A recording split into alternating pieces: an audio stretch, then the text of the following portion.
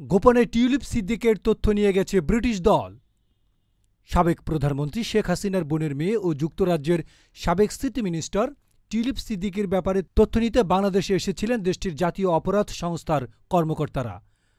তারা বাংলাদেশের দুর্নীতি বিরোধী তদন্তকারীদের সঙ্গে গোপনে বৈঠক করেছেন। ১ ফেব্রুয়ারি এই তথ্য জানায় সংবাদ মাধ্যম দ্য মেইল অব সানডে। গত মাসে হওয়া এই বৈঠকে ব্রিটিশ দলকে বাংলাদেশের কর্মকর্তারা জানান তারা টিউলিপের বিরুদ্ধে দুর্নীতির নতুন তথ্য জোগাড় করতে সমর্থ হয়েছেন।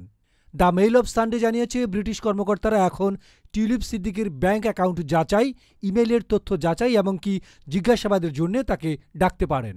টিউলিপ সিদ্দিক ও শেখ হাসিনা ছাড়াও তাদের পুরো পরিবারের বিরুদ্ধে পাবনার রূপপুর পারমাণবিক বিদ্যুৎ কেন্দ্রের অর্থ আত্মসাতের অভিযোগ রয়েছে।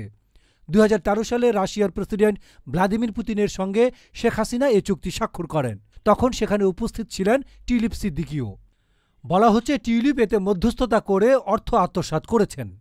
টিউলিপ সিদ্দিকের বিরুদ্ধে যেসব অভিযোগ উঠেছে সেগুলো যদি প্রমাণিত হয় তাহলে তার ১০ বছর বা তারও বেশি সময়ের জেল হতে পারে। বাংলাদেশি এক কর্মকর্তা নাম প্রকাশ না করার শর্তে গণমাধ্যমকে জানিয়েছেন, যুক্তরাজ্যের এনসিএ কর্মকর্তারাই এই গোপন বৈঠকটির আয়োজনের প্রস্তাব দেয়। এরপর ঢাকাস্থ ব্রিটিশ হাইকমিশন এটি আয়োজন করেন। ডেস্ক রিপোর্ট, গণমানুষের আওয়াজ।